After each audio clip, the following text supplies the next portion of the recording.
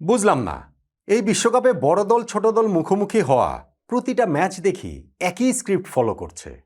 একটা ম্যাচে হতে পারে, দুইটা ম্যাচে হতে পারে, তাই বলে তিনটা ম্যাচে হবে, চারটা ম্যাচে হবে, পাঁচটা ম্যাচে হবে। এবারে টি-20 বিশ্বকাপে প্রথম 2 দিনে 3 × 6টা ম্যাচ তো হলো। তার মধ্যে আফগানিস্তান নিউজিল্যান্ড ম্যাচটাকে আলাদা করে রাখতে পারেন, কেননা ওইটা ধরেন সমশক্তির দুইটা দল। আফগানিস্তান ভাই এখন বড় দল, এটা আমরা শুধু শুধু বললেই তো আর হবে না। গত টি-20 ওয়ার্ল্ড কাপে তারা সেমিফাইনালেও খেলেছে এবং তাদের ক্রিকেটাররা বিভিন্ন ফ্র্যাঞ্চাইজি লিগে বিশ্বব্যাপী কীরকম দাপটের সঙ্গে খেলছেন সেটা তো আমরা জানি। ফলে আফগানিস্তান নিউজিল্যান্ড ম্যাচটাকে আমরা এক সাইডে রাখতে পারি, সেখানটাতে নিউজিল্যান্ড জিতেছে। কিন্তু বাকি যে 5টা ম্যাচ প্রতিটাতেই অঘটনের সম্ভাবনা তৈরি হয়েছিল, প্রবলভাবেই তৈরি হয়েছিল, এবং শেষ পর্যন্ত যে কোনোটাই অঘটন ঘটেনি। পাকিস্তানকে হারাতেই পারত নেদারল্যান্ডস, পারেনি। ওয়েস্ট ইন্ডিজকে হারানোর সুবর্ণ সুযোগ পেয়েছিল স্কটল্যান্ড, পারেনি। ভারতকে হারানোর অবিশ্বাস্য সুযোগ পেয়েছিল যুক্তরাষ্ট্র, হয়নি সেইটাও।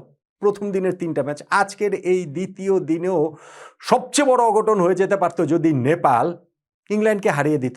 পেয়েছিল তো, সেই সুযোগ তো তাদের সামনে খুব ভালোভাবেই ছিল, পারেনি তারা। আর এই সেকেন্ডের যে লাস্ট ম্যাচটা, সেখানেও তো আয়ারল্যান্ড শ্রীলঙ্কাকে হারিয়ে দিতে পারত, দিতেই পারত।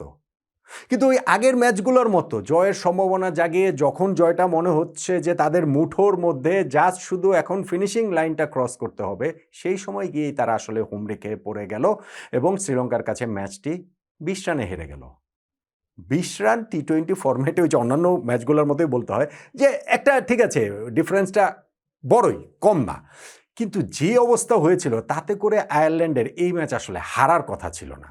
ম্যাচটা তারা কোথায় হেরে গেল এবং সেইখানটাতে টার্নিং পয়েন্ট কোনটা, তা নিয়েই তো আলোচনাটা করছি। হ্যাঁ, এটা ঠিক যে শ্রীলঙ্কা ও আয়ারল্যান্ড ম্যাচে এখানটাতে যদি আয়ারল্যান্ড জিততো সেটা অঘটন হতো, কিন্তু ওইটা আবার এত বড় অঘটন না যেইটা পুরো ক্রিকেট বিশ্ব এলোমেলো করে দিত। ধরেন যদি ইউএসএ হারিয়ে দিত ভারতকে, কিংবা নেপাল হারিয়ে দিত ইংল্যান্ডকে, তখন ওই ঘটনাগুলো ঘটতো। বাট স্টিল, তারপরেও তো আয়ারল্যান্ডের জন্য এটা একটা গ্রেট অপরচুনিটি ছিল। শ্রীলঙ্কার জন্য এইটা একটা ভয়াবহ ব্যাপার হয়ে যেতে পারত যদি প্রথম ম্যাচটাতেই তারা এইভাবে হেরে যেত আয়ারল্যান্ডের কাছে, তখন সুপার 8-এ ওঠাটাই তাদের একটা বড় প্রশ্নের সামনে দাঁড়িয়ে পড়ত। ম্যাচটা আসলে ডিসাইড হলো কোন জায়গায়? প্লেন এন্ড সিম্পল আমি বলি ভাই, শেষ 6 ওভারে, 2 ইনিংসেরই লাস্ট 6 ওভারে। দেখেন, শ্রীলঙ্কা আগে ব্যাটিং করে 163 রান তুলেছে। আয়ারল্যান্ডের চেইজের শেষ 6 ওভারে আসেন, তারা 14 ওভার শেষে স্কোরে তাদের ছিল 2 উইকেটে 104। শেষ 6 ওভারে তাদের 60 রান প্রয়োজন, হাতে আছে 8 উইকেট। 6 ওভারে 60 রান প্রয়োজন, প্রতি ওভারে 10 রান করে প্রয়োজন, 8 উইকেট হাতে নিয়ে এখনকার টি-20 ক্রিকেটে এইটা কোনো রান? এই রান তারা করে তো অবশ্যই জেতা উচিত। কিন্তু আয়ারল্যান্ড ওই জায়গাটাতেই তাদের ওই পার্টনারশিপটা যে ব্রেক হলো, ভেলালাগে তিনি উইকেটটা তুলে নিলেন এবং নেক্সট ওভারে ওয়ানিন্দো হাসারাঙ্গা তিনিও আরেক সেট ব্যাটসম্যানকেও আউট করে দিলেন। দুইজনই বিগ শট খেলতে গিয়ে লং অন মিড উইকেট বাউন্ডারিতে ক্যাচ দিলেন এবং তাতে করেই আইরিশরা প্যানিক করে ফেললো। ভেরি নেক্সট ওভারটাতেই গিয়ে তারা আরও 2টা উইকেট হারিয়ে ফেললো। থিকসানা ওই 2টা উইকেট তুলে নিলেন। তাতে করে হলো কি, যেটা 6 ওভারে 8 উইকেট হাতে নিয়ে 60 রান প্রয়োজন, অল অফ এ সাডেন দেখা গেল যে 3 ওভারে তাদের 4 উইকেট হাতে নিয়ে আরও 43 রান প্রয়োজন। ম্যাচ থেকে তারা ওই জায়গায় ছিটকে গেছে, ওই 3টা ওভারেই তারা ছিটকে গেছে এবং এমনভাবেই ছিটকে গেছে যে এরপরে আবারও উইকেট ওইখানটাতে হাসারাঙ্গা নিয়েছেন। লাস্টে তো পাথেরিনা 2টা উইকেট নিয়ে আয়ারল্যান্ড হচ্ছে গিয়ে 20 ওভার পুরোটা খেলতেও পারেনি, তারা 143 রানে অল আউট হয়ে গিয়েছে এবং ম্যাচটা তারা 20 রানে হেরে গিয়েছে। এই যে ইনিংসের লাস্টে শেষ 6 ওভারে এসে তারা মুখ থুবড়ে পড়লো, সেটা কি টার্নিং পয়েন্ট বলবেন না? এখন শ্রীলঙ্কার ইনিংসেরও লাস্ট 6 ওভারটাতে আসেন। হ্যাঁ, শ্রীলঙ্কার স্টার্টটা ভালো হয়েছিল, পাওয়ার প্লেতে তারা 1 উইকেটে 50 রানে পৌঁছে গিয়েছিল, কিন্তু এরপরে তাদের ইনিংসটা একেবারে ঝিমিয়ে পড়ে, একেবারে ঘুমিয়েই পড়ে। 7 থেকে 14 এই 7 ওভারের মধ্যে তারা মাত্র 37 রান তুলে আরও 3টা উইকেট হারিয়েছে।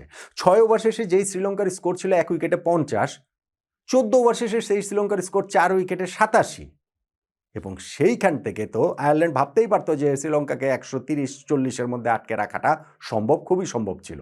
শ্রীলঙ্কা ওই শেষ 6 ওভারের ব্যাটিংয়ে আবার ঝড় তোলে, ওই 6 ওভারে তারা 76 রান তুলে নেয়।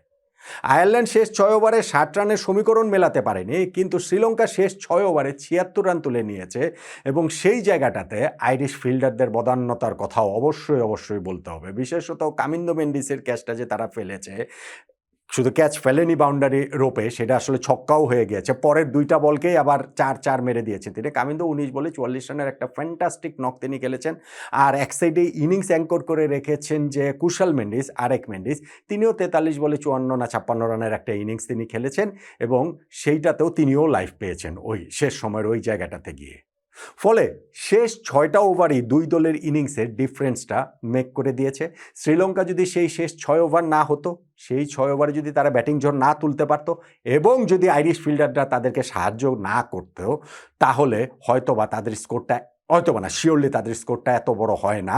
তারপরেও 163 রান এটা আসলে পার স্কোরই ছিল এবং সেই স্কোর তারা করে আইরিশরা তো জেতার মতো অবস্থায় চলে গিয়েছিল। কিন্তু ওইটা যেটা বললাম, শেষ 6 ওভারে তারা মুখ থুবড়ে পড়েছে, 60 রান তুলতে পারেনি, বরং 20 রানে তারা ম্যাচটা হেরে গিয়েছে, অল আউটই তারা হয়ে গিয়েছে। সো এই ম্যাচটাতে ওয়ার্ল্ড কাপে শ্রীলঙ্কা কো হোস্ট যারা নিজেদের প্রথম ম্যাচে আয়ারল্যান্ডকে যে 20 রানে হারালো, সেইখানকার টার্নিং পয়েন্টটা আমার কাছে প্রিটি স্ট্রেট ফরওয়ার্ড। 2 দলের ইনিংসেরই লাস্ট 6 ওভার, এবং আমি নিশ্চিত আমার সঙ্গে আপনারা সবাই একমতই হবেন। হ্যাঁ, এখন এই 6 ওভারের মধ্যে যদি পার্টিকুলার কোনো জায়গা বেছে নিতে চান যে না ঠিক আছে এইখানে যে ভেল্লালাগে যে ব্রেক থ্রুটা দিল সেইটা গুরুত্বপূর্ণ, কিংবা ধরেন হাসারাঙ্গা যে এরপরে এসে সেট আরেক ব্যাটসম্যানকে আউট করে দিলেন সেটা গুরুত্বপূর্ণ, কিংবা ধরেন কামিন্দো মেন্ডিসের ওই ক্যামিওটা গুরুত্বপূর্ণ, কিংবা ধরেন আইরিশ ফিল্ডাররা যে তিনটা ক্যাচ তারা ফেলেছে ওই শেষ 6 ওভারে, সেইটা গুরুত্বপূর্ণ। কিন্তু মোটা দাগে এই 2 দলের ইনিংসেরই লাস্ট 6 ওভারই এই ম্যাচের ডিসাইড করে দিয়েছে। ওইটাই তাই আমার কাছে টার্নিং পয়েন্ট।